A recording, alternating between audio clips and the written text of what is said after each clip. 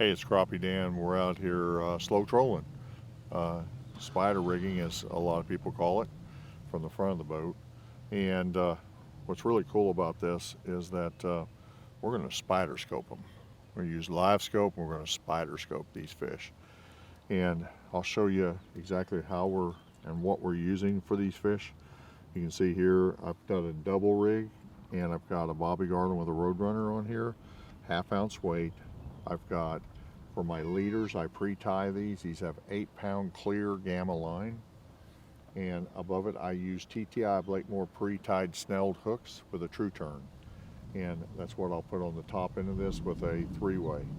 So what we're going to do is come out here and we're going to put it right on these fish, the depth these fish are at. So I'm using a B&M pole, a BGJP 14 footer with a matching reel from B&M, which you can see here.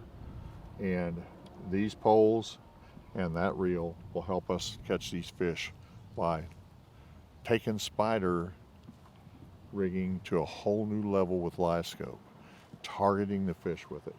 So we're going to use this among other different types of rigs, and we'll deploy this out here just like that. And then I'm going to turn my live scope, because I found these fish are down at 6 to 7 feet of water. So what I'm going to do is I'm setting this reel and that bait to be in that zone. So I'm going to turn my spider live scope to my spider rig, and I'm going to find that reel and that line, which the farthest one is a little harder, but it's right there.